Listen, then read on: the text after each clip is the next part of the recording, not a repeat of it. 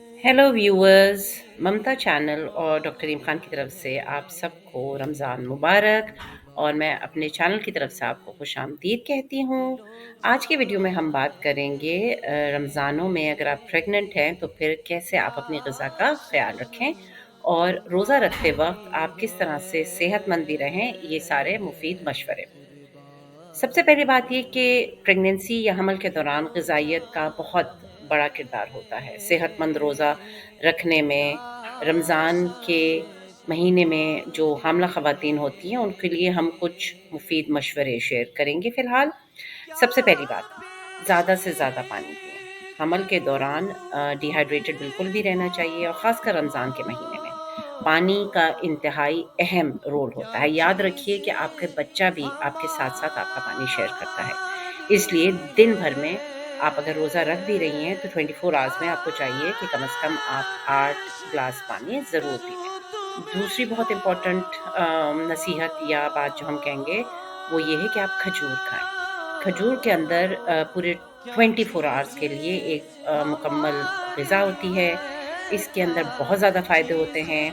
इसके अलावा खजूर के अंदर आपको फ़ोलिक एसिड मिलता है, पोटेशियम मिलता है और फाइबर जैसे बहुत इम्पोर्टेंट मिनरल्स या अनासिर भरपूर मक़दार में पाए जाते हैं, जो हमल के दौरान बहुत ज़्यादा ज़रूरी होते हैं। तीसरी बहुत इम्पोर्टेंट बात, आप एक बैलेंस डाइट या मौज़ू ग़िज़ा खाएँ।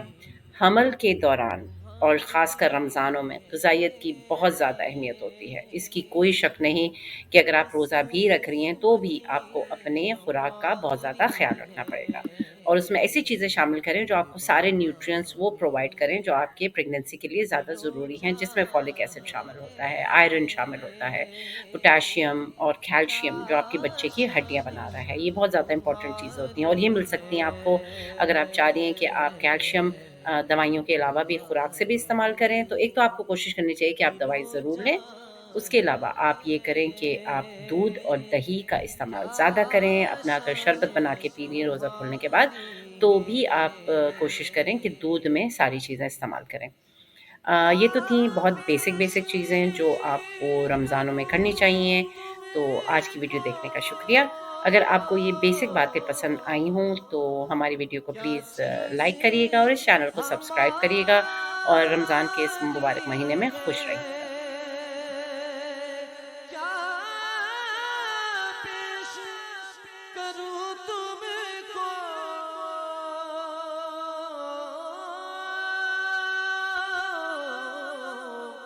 क्या चीज़ें